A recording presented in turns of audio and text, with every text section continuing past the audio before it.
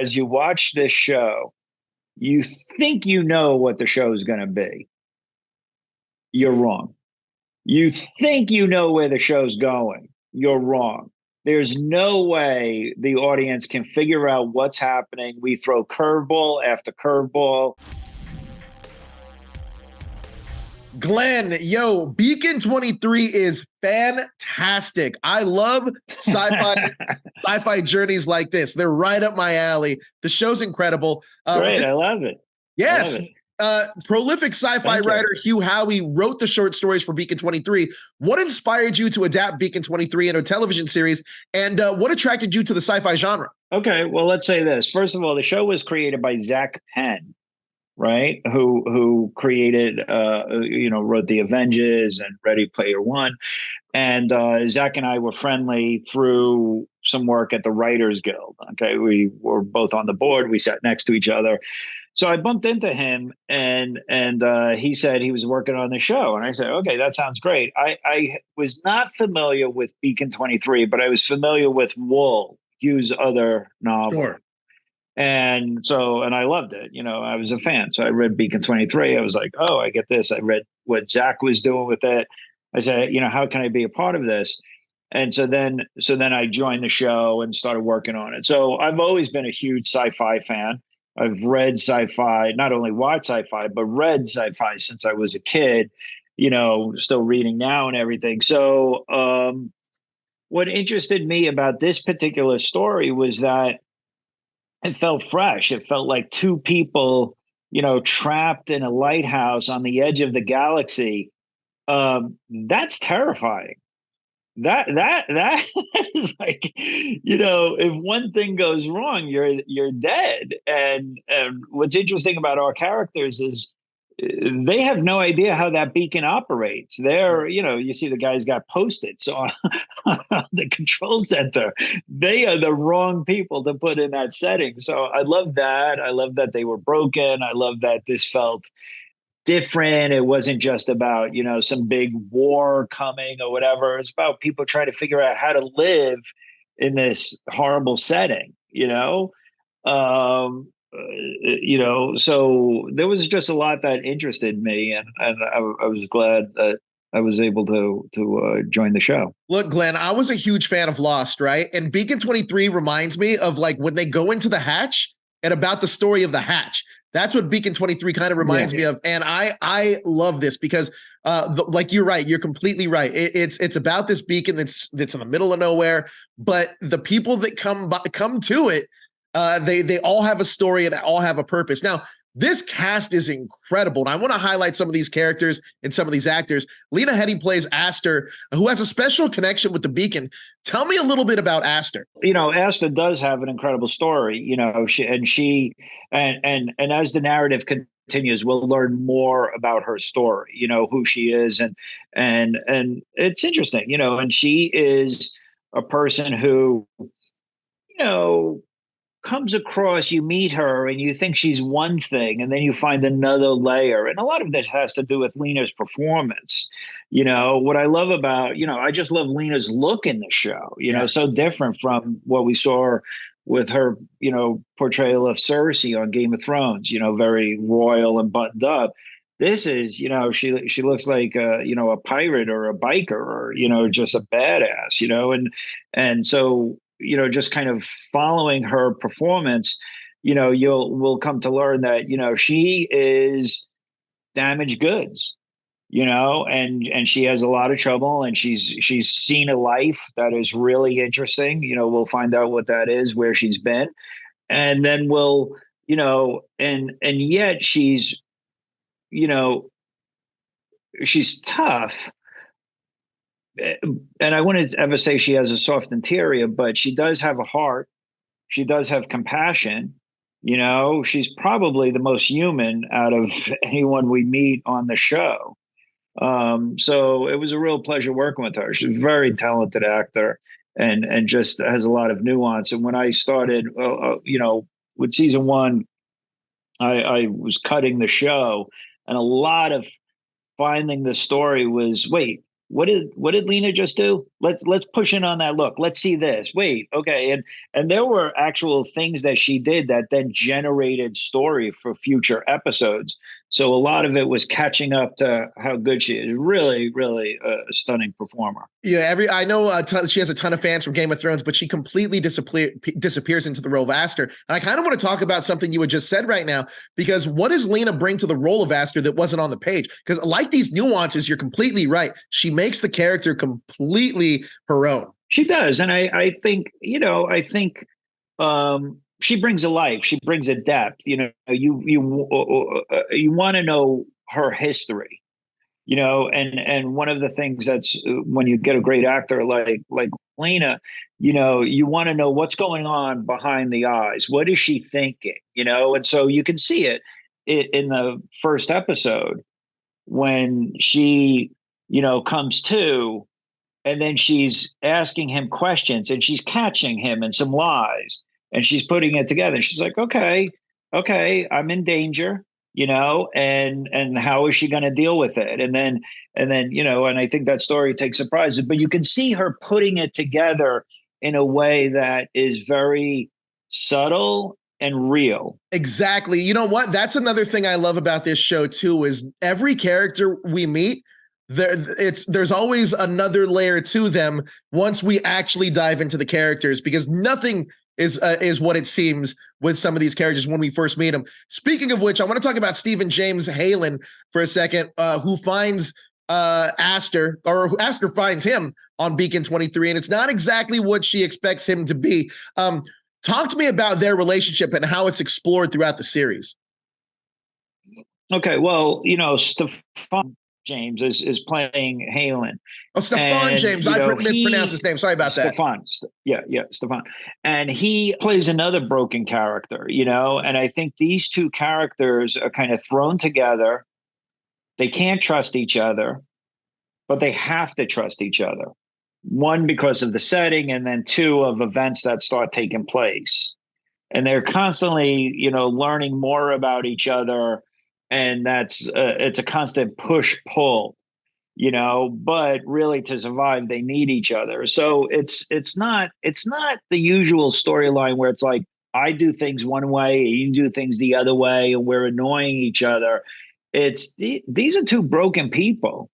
And there's a lot of scenes in which, one of them is not sure if they can go on, and the other one's like, I got you. But that's not really the person you want to get you, because they're even more screwed up. So each actor really added an intense emotional life to each character, and I just love where they go and how they play with each other. A lot of it was just about, in the editing room, a lot of it was just stay with them, just be on them, just we're in a way, we're trapped on the beacon with them, and they're, fascinating characters, I think. Yes. Talking about another fascinating character, I got to mention Bart. Bart is probably, to me, one of the most fascinating characters on the show. He's voiced by Wade Bogart O'Brien, and it's the Beacon's AI. Tell us a little bit about Bart / Bartholomew. I don't think he would like me calling him Bart. Well, Bart is, the Beacon's AI, and Bart went through a process because we originally he was voiced by the actor, but there was a different voicing. He sort of played more as a he had a British accent and played more of like a disgruntled butler, if Really? you will. And as we started developing the story, and we realized that a major theme of the show is about trauma and compassion, we started thinking about Bart's trauma. So we had the same actor, kind of come in after the fact and rewrote some of his stuff and kind of found more story there. And Bart became a major character. I think, when you have this sort of AI droid type figure, it can play as a servant and sometimes annoying and that sort of stuff. No, he's a character. He's a fully realized character. He has his own story. He has his own journey, and in a way he makes mistakes, He learns from his mistakes. He suffers for his mistakes. And so it was a really interesting character and a really interesting process to kind of work on that character after the show was completely in the can. That is so fascinating that character went through such an evolution after the fact, because you're right. Yes. You're completely right. Every single time I hear Boss on screen, my ears I kind of perk up a little bit, because I know something is about to go down, because Bart is just that type of character. Now, Natasha Mumba plays Aster's personal AI, Harmony. What can you tell us about Harmony in Beacon 23? Harmony starts off as, Aster's personal assistant, let's say. But, as the show continues, we'll find out that she has a much bigger role than seems, and that she really, it's as she is affected by the human characters. And as she develops and she goes through her own journey and she suffers for what she learns and all of that, I think she has an incredible arc, very surprising, coming out in front of her. And I think that there's one of the things I will ask the audience is that as you watch this show, you think you know what the show is going to be. You're wrong. You think you know where the show's going. You're wrong. There's no way the audience can figure out what's happening. We throw curveball after curveball. We change the game up a lot. I don't know how many episodes you've watched. I saw eight. Okay. So you see what I'm talking about, right? So when, can you tell coming out of out of episode 3, that episode 4 is going to be that? And then some of the other episodes, you can't tell where this is going. No. So that's what I love. That's true with all. Great. I love that. So the show's for you. Yes. And people like you who love that, because I know how genre fans are. I've done genre before, and I know that the genre fans, here's my take. Genre fans want it to be good. Okay. They want to be surprised, and they want to know it's coming together. Yes. Okay. And it does. It works. You had me. Hopefully we've done all 3. You have. We have all 3. I was hoping for episode 9 once I got to episode 8, and I was like, no, because it just leaves you in this perfect spot. And that's another thing too that I love as well, is that we explore some of the other inhabitants of the Beacon in the past. I don't want to go too much into that, because I feel like some of that stuff can lead to spoilers. But I do want to talk about the production design, because the Beacon itself feels so immersive.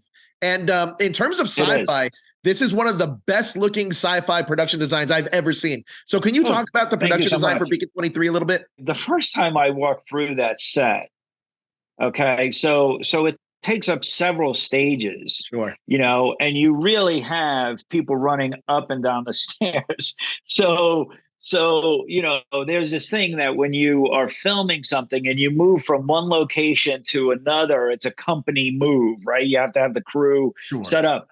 Moving from one level to another, we had to do that. It was, you would think having everything contained would be easy to shoot. No, it was hard, because if we needed the show to feel physically real, to feel physically grounded, and I think as the show develops, we start pushing into other corners of the Beacon. We never want you run the risk of the set becoming secondary. We've seen the set, it becomes boring or whatever, you know what I mean? We always wanted it to feel like a house, and we certainly push into that. It feels, it should feel like a lighthouse, that it's being battered by weather, or it feels like a haunted house in some episodes, or it feels like this. We always wanted it we wanted you to feel the environment, because I think being on a lighthouse, being in a lighthouse on the edge of the galaxy is going to be terrifying. So we wanted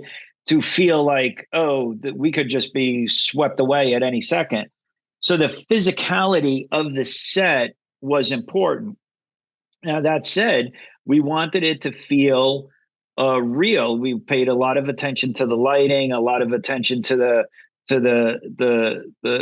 set itself, the sound design, all of that. So that the screens, many of the screens in the background are done practically and were shot like that instead of being put in later. There are some things that are put in later, and there's thousands of visual effect shots in the show. But we tried to play it as practically as possible. And to do that, you run the risk of the show feeling cheap. Sure. Right. Sure. And I don't think we did that. So it feels to me like, and it is a big budget show, but we didn't want to rely on the visual effects. We wanted the visual effects to support the story. And so we wanted to play the environment as an environment that our characters were moving in, and part of the story also is, look, we all just went through this pandemic. We were stuck in our homes. We were stuck with people who we love, who were also driving us crazy. So, and every day starts to feel the same and things feel surreal. And you say, did that just happen yesterday? Or did that happen a few weeks ago? So there's an element of that without the show being about that. There's an element about that setting gave us and the production design gave us. Yeah, you're completely right. Like the beacon itself feels like a character. And I do feel like this show is the perfect blend of a character-driven drama with sci-fi elements intertwined into it. But look, I'm so glad. Thank you. Yeah, Glenn, thank you so much for your time. I love this show. So as soon as you can give me episode 9, I would love to watch it because the show's fantastic, Glenn. Thank you so much for your time. I appreciate it.